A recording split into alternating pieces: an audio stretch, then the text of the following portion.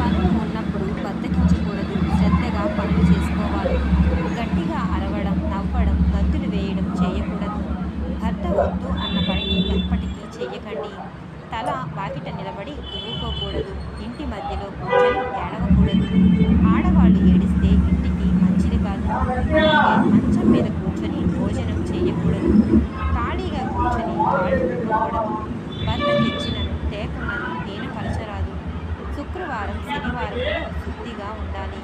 నడిమంత్రపు సిరి వచ్చినప్పుడు గర్వపడకూడదు. దీపపు నీడలో కూర్చోకూడదు.